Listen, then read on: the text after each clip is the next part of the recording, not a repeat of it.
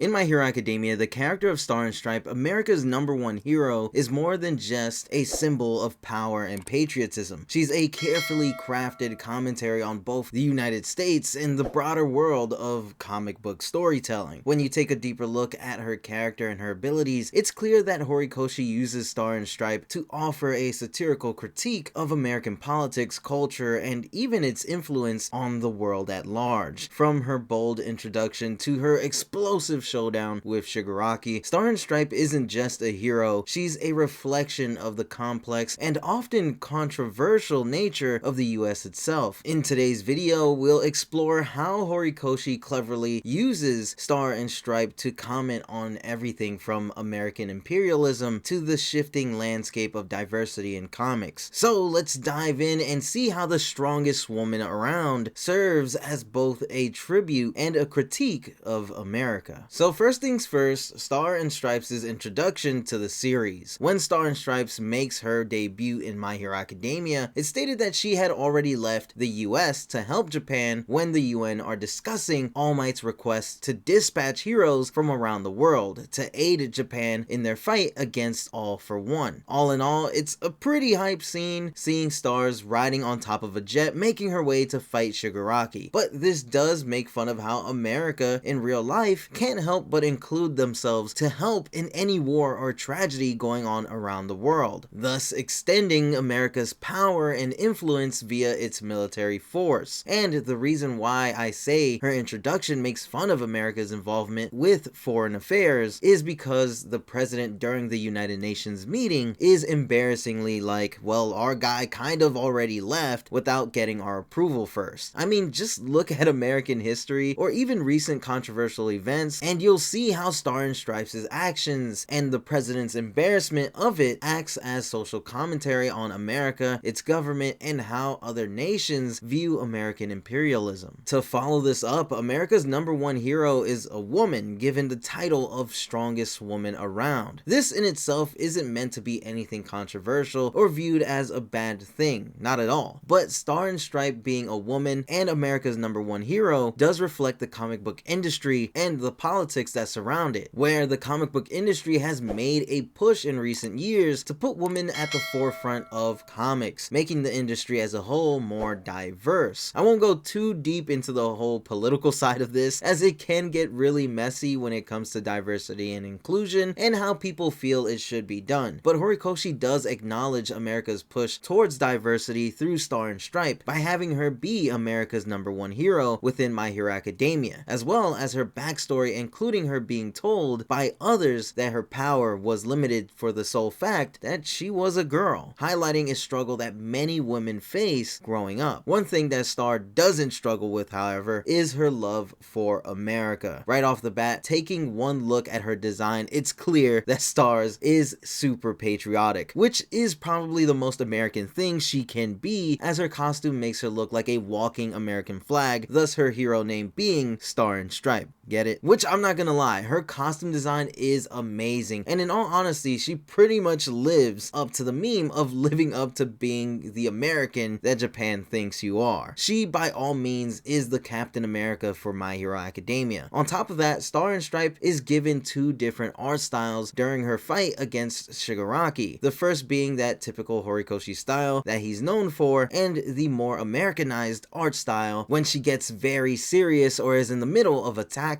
This, for the most part, is a long-running joke in the series that began with All Might, where he spent a good amount of time in America. Thus, in his All Might form, characters will say something along the lines of, he's even drawn differently than us, poking fun at his American influence. But if we take a deeper look into it, Star and Stripe having that more Americanized art style acts as a commentary on manga and comics, taking inspiration from each other over the years, with Horikoshi himself having been inspired by the likes of Marvel and DC throughout the entire run of My Hero Academia, paying homage to everything that's came before it. Which should come as no surprise, since there are American comic book artists that do cover arts for special My Hero Academia volumes. Speaking of Horikoshi, his biggest commentary of America comes in the form of America's past excessive use of force to end conflicts, specifically with Japan back in World War II. Leading up to the big climax of the Star versus Shigaraki fight, we see Shigaraki's refusal to outright die from Stars' new order, and his regeneration, keeping him in the fight after receiving repeated life-ending attacks from Star. Star, seeing that Shigaraki is a threat to the entire world, sends word to Commander Agpar, exercising her special authority, resorting to a tactic that she knows Japan lacks to end Shigaraki for good. Of course, it's revealed that her special authority and tactic to end Shigaraki's life is to use thermonuclear weaponry via the Tiamat missiles that Agpar launches towards Star and Shigaraki, allowing her to use her strongest attack on Shigaraki, called state-of-the-art hypersonic intercontinental cruise punch, causing a massive explosion in the ocean. Now, if an American hero using a tactic that Japan lacks to end a threat from Japan, leading to the US dropping a bomb to end said Japanese threat sounds pretty familiar, well, that's because Star and Stripe using the Tiamat missiles on Shigaraki represents how the United States dropped the first atomic bomb on Hiroshima on August 6, 1945, with Shigaraki representing Japan's refusal to surrender towards the end of World War II, causing Star and Stripe, aka the United States, to drop the atomic bomb on Hiroshima and the second atomic bomb on Nagasaki on August 9, 1945, which resulted in Japan surrendering, ending World War II. The decision to drop the atomic bombs in World War II is still one of the most heavily debated topics amongst historians to this day. And finally, Star and Stripes' quirk New Order being a reference to the New World Order conspiracy theory. For those that don't know what the New World Order theory is, to give a very simplified summary, it's pretty much the elites of the world working behind the scenes, orchestrating major global events in order to enslave the global populace under one world government, essentially controlling everything a person can do or say. In anime terms, One Piece's world government, if that makes sense. Star's quirk New Order, after touching a target, allows her to call out the target's name and assign a new rule to it, essentially enforcing any rule onto a target, whether it be alive or not, though she does have her limits on living things compared to non-living things. On top of this, the government of the United States' #1 hero, the strongest woman around, strictly oversees her quirk. The particulars of how it works are highly classified to the public, though the public does get the gist of how her power works based on her visible day-to-day heroics. This is somewhat of a social commentary on how, despite the US coming off as the land of the free, the government will always try to control what they want you to know. For a character whose quirk lets her freely change the rules, her quirk is being constantly overseen by her government, so in reality, she can't freely do as she pleases. But the fact that she pretty much defies the rules of her government anyways is what makes her truly a free American, reflecting what the people of her nation stands for. Most importantly, this shows how the American hero, Star and Stripes, her quirk to enforce rules onto others, and her government strictly overseeing her power ties into the New World Order theory. Now, despite Star not making it past her own arc, in her short time in the series, Star and Stripes served as a brilliant multifaceted character in My Hero Academia, one that Horikoshi uses not only to highlight America's cultural and political dynamics, but also reflect on global issues and the intersection of comic book and manga influences. Through her introduction, her powerful design, and her quirk New Order, Horikoshi critiques America's role in global affairs, its drive for power, and the ongoing tensions surrounding authority and freedom. Whether it's the subtle nod to America's imperialistic tendencies, the commentary on gender and diversity, or the stark parallels to the US's historical use of overwhelming force, Star and Stripes embodies the complexity of both the nation she represents and the superhero genre she inhabits. In her ultimate showdown with Shigaraki, where she resorts to the use of the Tiamat missiles, not only mirrors the United States' controversial history, but also reinforces the ongoing global debate about the ethics in using such a power. Through her, Horikoshi expertly balances his love for American heroism with a pointed critique of the darker side of its politics and influence, all while paying homage to the comic traditions that shape both Japanese and American storytelling. In a world where the lines between heroism and power often blur, Star and Stripe is a reminder of how even the most idealized figures can reflect the complexities of the systems they represent. Star had a lot to say in the little time she was given, and that really shows how great Horikoshi is at creating such captivating characters. Let me know in the comment section below your thoughts on Star and Stripes and Horikoshi's commentary on America. Let me know everything in the comment section below. With that said, if you enjoyed the video, then be sure to Detroit smash that like button, and if you are new to the Kitoroki channel, then be sure to subscribe to the channel with notifications on so that you don't miss any My Hero Academia videos. With that said, I'll see you all in the next one.